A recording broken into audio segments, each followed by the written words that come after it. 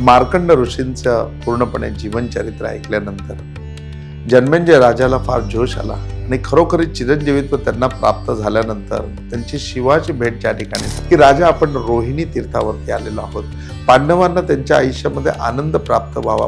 त्यावेळेला वैशंपायन ऋषींनी सांगितलं की नर्मदा तटावरती रोहिणी तीर्थाचं अतिशय असामान्य असं महत्व आहे की ज्या वेळेला दक्ष प्रजापती राजाच्या 27 कन्या होत्या, तर 27 कन्या त्यांनी चंद्राला दिल्या।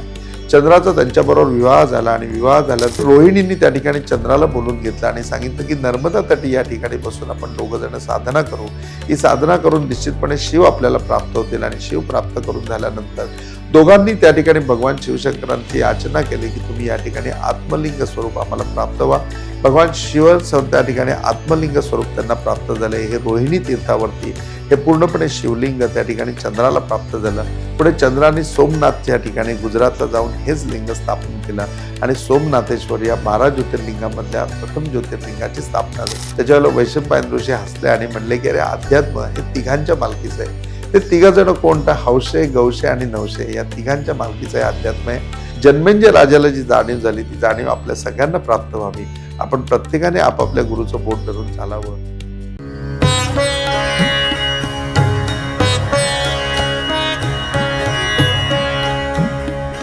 मोरया मोरया मी बाळताने, तुझीच सेवा करू काय जाणे।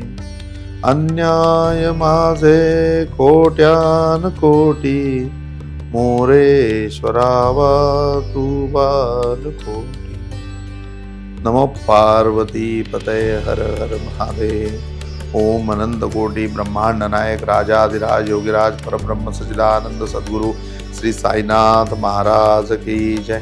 नर्मदे हर, नर्मदे हर, नर्मदे हर।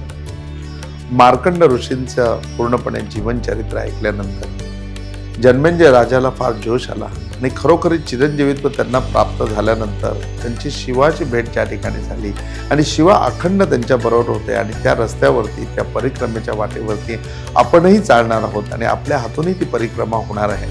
याचं जन्मेंजय राजाला फार अप्रूप वाटलं। त्यांनी पुन्हा एकदा वैशंपायन ऋषींना पाया पडला आणि सांगितलं की फार तुमचे ऋण माझ्यावरती आहेत आणि खरोखरीच जे मला प्रश्न पडतील ते मी तुम्हाला विचारेन आणि तुम्ही त्या सगळ्याचं मला मार्गदर्शन करा। ही माझी परिक्रमा यशस्वी करा। मला पूर्णपणे याबरोबर परिक्रमेचा आनंद तर मिळू दे, त्याचबरोबर ही ज्ञानगंगा सुद्धा मला प्राप्त होऊ दे। वैशंपायन ऋषींनी त्याचा जोश आणि जन्मेंजय ऋषींना झालेला आनंद बघून त्यांनाही फार आनंद आला आणि ते म्हणले की राजा, माझ्या सुद्धा आयुष्यामधला हा आनंदाचा क्षण आहे की खरोखरी मला असं शिष्य मिळालंय की ज्या शिष्याला घेऊन मला आता पूर्णपणे ही परिक्रमा करण्याची संधी मिळाली आहे। त्यामुळे माझ्याकडनं जेवढं काही तुला देण्यासारखं आहे तेवढं सगळं मी निश्चितपणे देईन। अरे गुरुचा धर्मच द्यायचा असतो, त्यामुळे त्या धर्मामध्ये मी कुठेही मागे पडणार नाही आणि शिष्य म्हणून तुला सुद्धा तुझा धर्म चांगला समजतो, तू सुद्धा घ्यायला कुठे मागे पडू नकोस। एवढं त्या ठिकाणी सांगितल्यानंतर वैशंपायन ऋषी आणि जन्मेंजय राजा हे दोघं जण आता खऱ्या अर्थाने नर्मदा परिक्रमा करायला निघाले आणि ज्यावेळेला नर्मदा परिक्रमा करायला निघाल्याच्या नंतर ओंकारेश्वर तटावरनं ते निघाले। ओंकारेश्वराचा सगळा इतिहास आणि खरोखरी त्या ओम आकारामधलं संपूर्ण त्या ठिकाणी नर्मदेचं रूप हे आपल्या डोळ्यामध्ये साठवून जन्मेंजय राजा आणि वैशंपायन ऋषी नर्मदाच्या दुसऱ्या तटावरती म्हणजे अर्थातच बडवानीला, म्हणजे आत्ताचं जे नाव आहे ते बडवानी आहे, आणि रोहिणी तीर्थाच्या ठिकाणी आले। रोहिणी तीर्थाच्या ठिकाणी आल्यानंतर नर्मदेचं ते पात्र बघून अतिशय जन्मेंजय राजाला आनंद आला आणि जन्मेंजय राजा आणि वैशंपायन ऋषी यांनी दोघांनी या ठिकाणी स्नान केलं। स्नान करून झाल्याच्या नंतर नर्मदा स्नान करून दोघंही जण आपलं संपूर्ण आवरून त्या तटावरती बसले आणि त्या तटावरचं या ठिकाणचं काय नाव आहे, हा परिसर कुठला आहे, हे जन्मेंजय राजांनी अतिशय उत्सुकतेने वैशंपायन ऋषींना विचारलं। त्यावेळेला वैशंपायन ऋषी म्हणले की राजा, आपण रोहिणी तीर्थावरती आलेलो आहोत। पांडवांना त्यांच्या आयुष्यामध्ये आनंद प्राप्त व्हावा, प्रत्येक गोष्टीची प्राप्ती व्हावी आणि मनाचे संकल्प विकल्प हे बदले विकल्प संपून जावे, तर्क वितर्क याचे पूर्णपणे म्हणजे की अगदी विसर्जन व्हावं आणि प्रत्येक ठाम निर्णय घेता यावा, प्रत्येक गोष्टीमध्ये करुणा असावी आणि प्रत्येक केलेल्या गोष्टीमध्ये स्वाभिमान असावा, प्रत्येक केलेल्या गोष्टीमध्ये यश मिळावं आणि प्रत्येक केलेली गोष्ट ही स्वार्थ करता नसून ती परमार्थ करता असावी। या सगळ्या गोष्टीची प्राप्ती होण्याकरता रोहिणी तीर्थावरती तथो गच्छन्तु राजेंद्र असा उपदेश मार्कंड ऋषींनी पांडवांना केला आणि पांडवांना तुझ्या पूर्वजांना घेऊन या ठिकाणी रोहिणी तीर्थावरती आले। जन्मेंजय राजाला ते संपूर्ण ऐकून आनंद झाला. त्यांना ते सगळ्यांची आठवण काढून त्यांनी सांगितलं की या रोहिणी तीर्थाचं महत्त्व मला सांगा. त्यावेळेला वैशंपायन ऋषींनी सांगितलं की नर्मदा तटावरती रोहिणी तीर्थाचं अतिशय असामान्य असं महत्त्व आहे. त्या ठिकाणी सांगताना जन्मेंजय राजाला वैशंपायन ऋषी म्हणतात की ज्या वेळेला दक्ष प्रजापती राजाच्या 27 कन्या होत्या, तर 27 कन्या त्यांनी चंद्राला दिल्या. चंद्राचा त्यांच्याबरोबर विवाह झाला आणि विवाह झाल्यानंतर या 27 नक्षत्रांबरोबर ती चंद्र पूर्णपणे संसार करू लागला. आणि मग 27 मधला जे रोहिणी नावाची जी कन्या होती, त्या रोहिणी बरोबर, त्या अर्धांगिनी बरोबर त्याचं खूप सारं प्रेम होतं आणि या दोघांमधला प्रेमाचा संसार अतिशय वाढत गेला. परंतु या सगळ्यामुळे 26 नक्षत्रांकडे चंद्राचं दुर्लक्ष व्हायला लागलं. 26 बायकांकडे चंद्राचं दुर्लक्ष व्हायला लागलं आणि मग त्या दक्ष प्रजापतीला जाऊन प्रत्येक वेळेला सांगत असत की चंद्र आमच्याकडे लक्ष देत नाही, आमचा पती आमच्याकडे लक्ष देत नाही, तो फक्त रोहिणीच्या बरोबर असतो, तो फक्त रोहिणीकडेच सगळ्या गोष्टी म्हणजे की अपेक्षा ठेवतो, आम्हाला हवं तेवढं प्रेम देत नाही, आम्हाला काही सांगत नाही, तुम्ही याच्यामध्ये काहीतरी हस्तक्षेप करा. नवरा बायकोच्या भांडणात पडायचं नसतं, परंतु प्रत्येक वेळेला दक्ष प्रजापती येऊन चंद्राची समजूत गाडत असे. प्रत्येक वेळेला त्याला सांगत असे, चंद्रही त्याला सांगत असे की हो मी आता सगळ्यांबरोबर अगदी नियमाने राहीन, सगळ्यांबरोबर व्यवस्थित राहीन, पुन्हा माझी तक्रार येणार नाही. आणि येरे माझ्या मागल्या सगळी परिस्थिती चालू होती. आणि असं होत असताना मग 26 जणींनी पुन्हा एकदा जाऊन दक्ष प्रजापतीकडे तक्रार केली. दक्ष प्रजापती त्यावेळेला रागवलेला होता. त्यांनी त्यावेळेला पूर्णपणे चंद्राला श्राप दिला की तुला कुष्ठरोग होईल आणि कुष्ठरोग होऊन पूर्णपणे तुझं शरीर आहे ते सडून जाईल. चंद्राला तो श्राप मिळाल्यानंतर रोहिणीला फार वाईट वाटलं की माझ्यामुळे हा श्राप माझ्या वडिलांनी पूर्णपणे चंद्राला दिला. आणि दक्ष प्रजापतीने दिलेला श्राप म्हणजे की दक्ष प्रजापती ज्या वेळेला आदिपुरुष आहे त्यांनी दिलेला श्राप हा कधी खोटा होणार नाही. आणि त्याप्रमाणे चंद्राच्या शरीराला पूर्णपणे कोंड उठायला लागलं. कोंडाच्या शरीरावरती पूर्णपणे कुष्ठरोग व्हायला लागला. आणि मग त्यावेळेला त्याचं शरीर बघून झाल्यानंतर रोहिणीला फार वाईट वाटलं, याच्यावर काहीतरी उपाय करायला पाहिजे. म्हणून रोहिणी या ठिकाणी नर्मदेच्या तटावरती आली आणि नर्मदा तटावरती बसून तिने नर्मदा मैयाला प्रार्थना केली की असा चंद्राला पूर्णपणे श्राप मिळालाय, त्या श्रापातून त्याची पूर्णपणे विमुक्तता कर आणि त्याला पूर्णपणे सुदृढ आयुष्य प्राप्त हो. आणि हे करण्याकरता मी काय करावं ते मला सांग. नर्मदा मैयांनी त्यावेळेला तिची हाक ऐकली. नर्मदा मैयाचं तिला साक्षात दर्शन झालं आणि रोहिणीला सांगितलं की तू या ठिकाणी पूर्णपणे भगवान शिवशंकरांची प्रार्थना कर. या ठिकाणी तू जसं माझं तप करतेस तसं त्या ठिकाणी तू चंद्रालाही बोलव आणि चंद्रालाही तपश्चर्या करायला सांग. निश्चितपणे चंद्राला त्याच्यामध्ये फळ प्राप्त होईल. आणि रोहिणींनी त्या ठिकाणी चंद्राला बोलून घेतलं आणि सांगितलं की नर्मदा तटी या ठिकाणी बसून आपण दोघं जण साधना करू. ही साधना करून निश्चितपणे शिव आपल्याला प्राप्त होतील आणि शिव प्राप्त करून झाल्यानंतर या रोगामधनं, या श्रापामधनं तुझी पूर्णपणे विमुक्तता होईल. रोहिणीने अतिशय उत्साहाने त्यावेळेला आपल्या पतीला म्हणजे चंद्राला बरोबर घेऊन एक क्षेत्र निवडलं आणि या ठिकाणी दोघं जण तपश्चर्येला बसले. तपश्चर्येला बसल्यानंतर काही एक कालावधीनंतर जसं शिव आणि शक्ती तसं स्त्री आणि पुरुष चौघही जण ज्यावेळेला नवरा बायको उपासनेला बसले त्याच्या वेळेला निश्चितपणे शिव त्यांना प्रसन्न झाले. आणि शिव प्रसन्न झाल्यानंतर त्यांनी सांगितले की काय पाहिजे, काय वर पाहिजे मला सांगा म्हणून. त्यावेळेला रोहिणींनी चंद्राला सावध केलं आणि सांगितलं की सांग की हा पूर्णपणे माझा दोष निघून जाऊ दे. त्याच्यावरती शंकराची पूर्णपणे स्तुती त्या ठिकाणी चंद्राने केली आणि स्तुती करून सांगितलं की देवा आम्ही तुझी बालकं आहोत, आमच्या हातून चुका होणारच, निश्चितपणे माझ्या हातून चूक झाली आहे आणि त्या चुकीचं प्रायश्चित्त म्हणून दक्ष प्रजापतींनी मला श्राप दिलेला आहे. माझ्या संपूर्ण शरीराला कुष्ठरोग झालेला आहे, या कुष्ठरोगातून मला बरं कर आणि हा रोग पुन्हा माझ्या मागे लागू नको.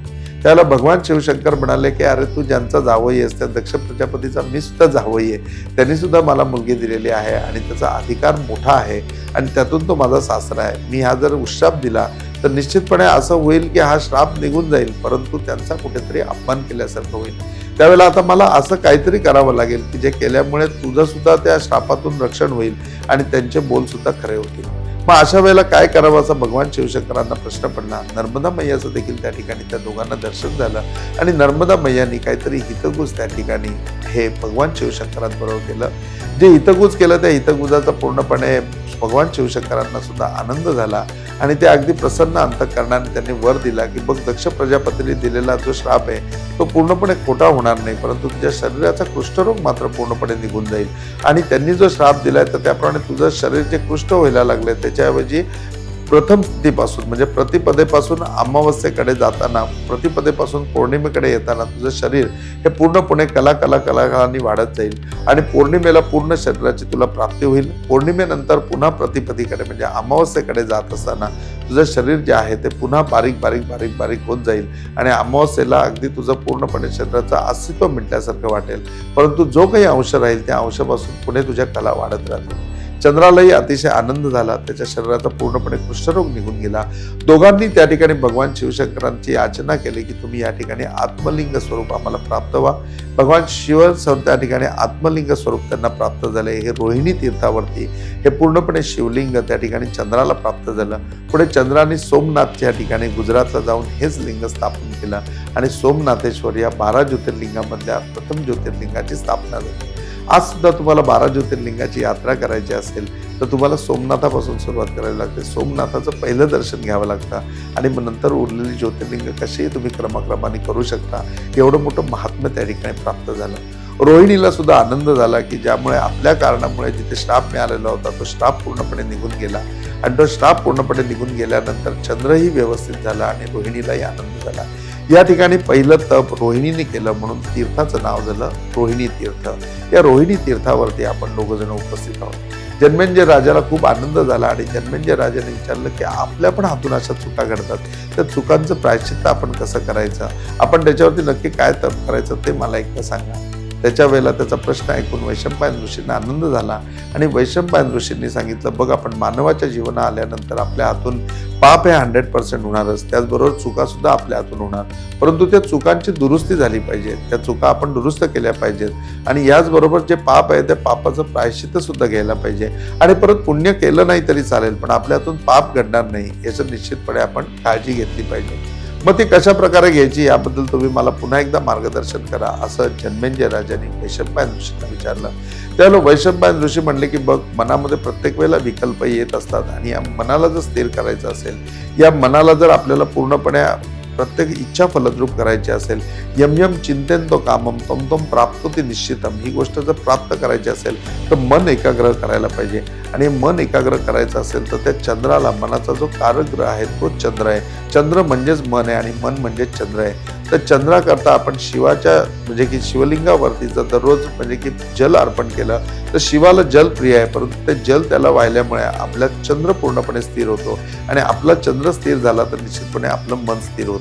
तेव्हा राजा शिवलिंगावरती दररोज आपण जर जल अर्पण केलं तर निश्चितपणे आपल्याला शिवाची कृपा तर प्राप्त होते, परंतु चंद्रबळ पण आपल्याला लाभतं आणि एकदा चंद्रबळ आपल्याला लागलं तर आपलं मन पण पूर्णपणे स्थिर होतं. या ठिकाणी नर्मदा परिक्रमेला ज्यावेळेला आपण जातो त्यावेळेला पहिल्यांदा आपण रोहिणी तीर्थावरती जातो. खऱ्या अर्थाने आपली नर्मदा परिक्रमा चालू होते. जन्मेंजय राजाला त्यावेळेला वैशंपायन ऋषी म्हणतात की बघ इथे आलेला प्रत्येक भाविक हा 3 स्वरूपामध्ये असतो. हे अध्यात्म 3 लोकांच्या मालकीचं आहे. सांग बरं हे लोक कोण आहेत म्हणून. जन्मेंजय राजाला परमार्थ, अध्यात्म या सगळ्यामध्ये गोष्टी नवीन होत्या. त्यामुळे त्याने हात जोडून सांगितलं की ऋषी तुम्ही मला प्रश्न विचारा, मला आनंद आहे, परंतु त्याचं उत्तर देण्याचा मी प्रयत्न करेन, परंतु मला दिलं नाही तर तुम्ही मात्र उत्तर द्या. त्याच्यावेळेला वैशंपायन ऋषी हसले आणि म्हणले की अरे अध्यात्म हे तिघांच्या मालकीचं आहे. ते 3 जण कोणतं, हौशे, गौशे आणि नवशे या तिघांच्या मालकीचं आहे अध्यात्म आहे. हौशे म्हणजे काही लोकांना हौसच असते, कोण यात्रेला नाही चला चला मी पण येतो यात्रेला, मलाही घेऊन चला, त्यांना हौस असते आणि हौशेने ते यात्रा करत असतात म्हणून त्यांच्या जीवनामध्ये यात्रा असतात.